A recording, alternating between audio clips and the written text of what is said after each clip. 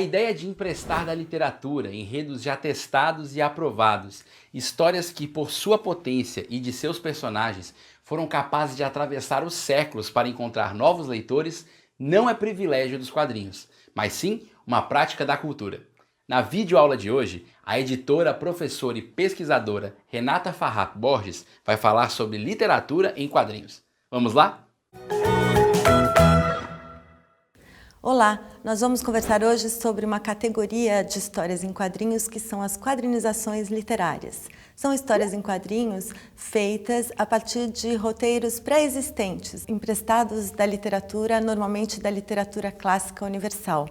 Esse tipo de publicação está sendo muito valorizado nos dias de hoje e já existe um grande acervo desse tipo de publicação nas bibliotecas das escolas públicas brasileiras.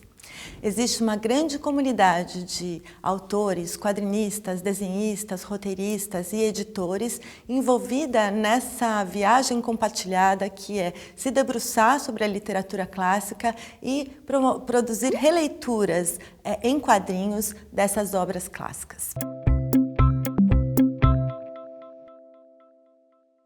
A quadrinização de clássicos é definitivamente uma ideia maravilhosa, mas não é uma ideia nova. Ela vem do século passado. No Brasil, a coleção mais emblemática se chama Edição Maravilhosa e foi criada pela editora Brasil América, pelo editor Eisen, que é um grande editor de quadrinhos sobre o qual vocês já devem ter ouvido falar.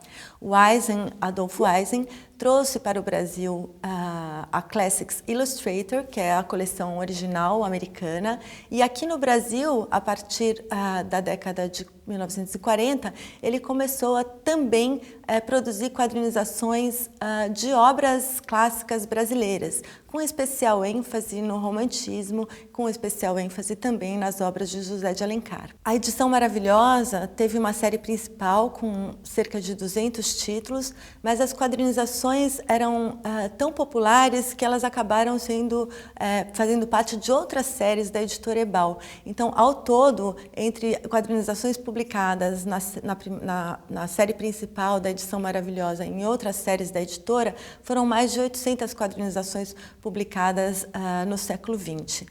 Nesse século, já temos mais de 400 publicações do gênero contabilizadas.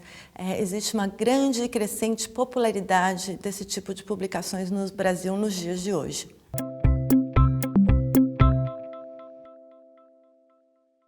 Bom, a gente pode se perguntar, por que ler os clássicos? E por que ler os clássicos em quadrinhos? A resposta à primeira pergunta, que é uma pergunta tão antiga e tão clássica quanto o próprio tema que ela traz, existem muitas possíveis respostas e a gente tem aí toda a história da crítica literária tentando responder a essa pergunta. A gente lê os clássicos para entender e aprender a manobrar a máquina do mundo, como diz Camões, para construir dentro do mundo um mundo possível para cada um de nós. A gente lê o clássico para entender quem somos, quem fomos e para onde vamos, para entender a história das mentalidades. A gente lê os clássicos para entender a si mesmo.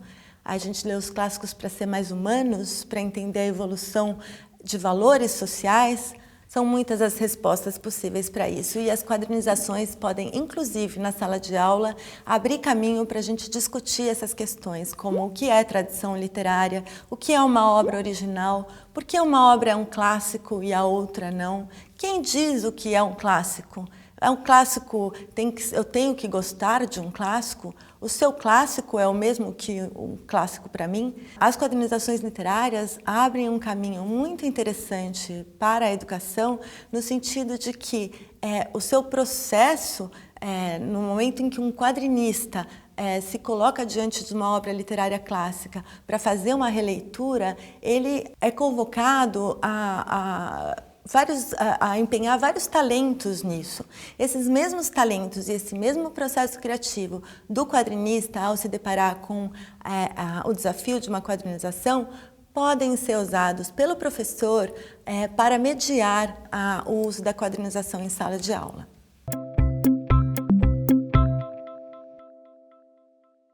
Por que ler clássicos em quadrinhos? Bom, primeiro porque pode ser por si uma grande aventura e uma leitura muito prazerosa.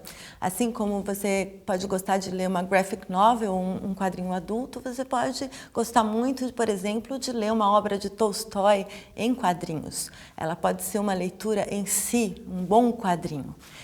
Por outro lado, essa quadrinização ela pode sim ser um mapa muito criativo, capaz de encurtar as distâncias entre o jovem leitor e a obra literária.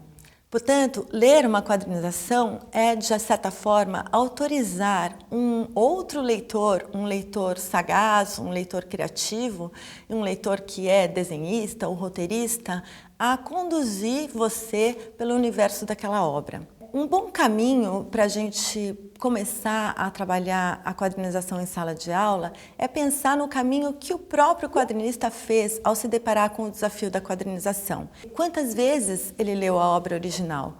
Quais partes da obra original ele selecionou e montou? Né? Se a obra original é um poema curto ou um conto, é muito possível que esse poema e esse conto estejam na íntegra na quadrinização. Mas se, por exemplo, é um poema épico, como os Lusíadas, ou como a Odisseia, ou se é um romance, como O Idiota, do Dostoiévski, de mais de 400 páginas, muito possivelmente o que o quadrinista fez foi fazer um árduo trabalho de ler e selecionar os trechos dessa obra que seriam quadrinizados.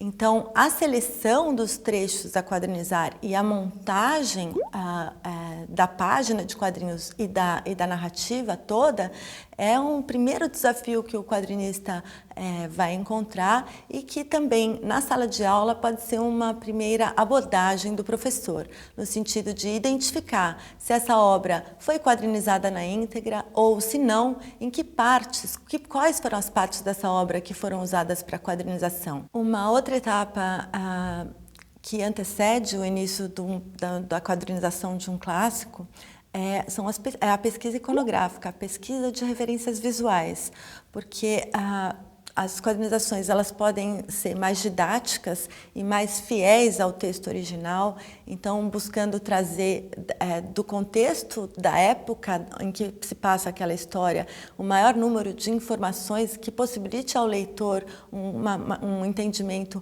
melhor daquele contexto, ou elas podem ser adaptações mais criativas ou até paródicas, que deslocam aquele argumento e aquela obra, os personagens da obra no tempo e no espaço e criam um viés cômico, trágico qualquer. Então, dependendo do objetivo pedagógico do professor, ele vai escolher uma quadrinização mais fiel à obra original ou uma quadrinização mais criativa, ou ao mesmo tempo pode escolher as duas e até promover a comparação entre como diferentes autores olharam para a mesma obra literária. No momento em que se escolhe trabalhar com uma quadrinização em sala de aula, talvez seja importante lembrar que emprestar roteiros da literatura não é uma prerrogativa da arte dos quadrinhos. Muitas outras artes e linguagens pegam da literatura roteiros já usados e testados, ou roteiros que por alguma razão ainda falam para os leitores de hoje, porque são roteiros clássicos, né? Então, também é possível que num projeto transdisciplinar se tragam outras releituras da mesma obra em questão.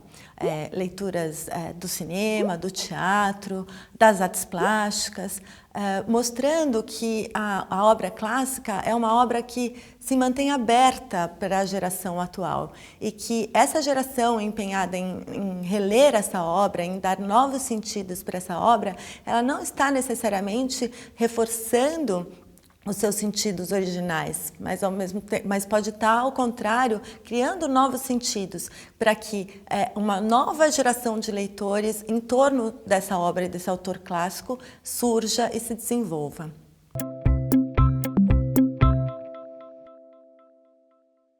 Ao adotar uma quadrinização na sala de aula, é importante que a escola toda esteja integrada nessa atividade, porque todas as disciplinas, cada uma vai poder encontrar uma forma própria de olhar para aquela quadrinização. Então, por exemplo, na disciplina de História, o professor pode trabalhar, por exemplo, já que a gente está falando de releitura de obras clássicas, com um conceito dentro da história que é o da história das mentalidades.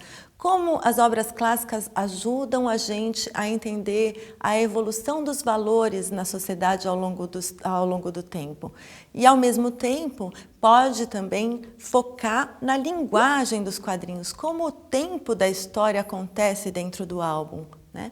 Ou, ao mesmo tempo, pode considerar que a quadrinização é uma máquina de viajar no tempo, no sentido de que pode nos levar para contextos de época e contextos geográficos muito diferentes. Nesse caso, é sempre bom lembrar que é importante que o professor escolha uma quadrinização que tenha a preocupação de ser fiel ao contexto original da obra e não uma adaptação criativa. Ou, se for usar uma adaptação criativa, que faça a ponte entre esses dois contextos diferentes, o contexto da adaptação criativa e o da obra matriz. Na disciplina de literatura, o professor pode usar a quadrinização para discutir a própria obra original, o contexto em que ela foi criada, o movimento a que ela pertence, a importância desse autor no campo literário, que importância tem esse autor para o cânone, mas também pode ampliar essa discussão para a questão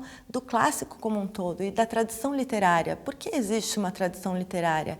Em que medida existe um conjunto de textos que representa a identidade de uma nação? O porquê a gente lê sempre os mesmos clássicos?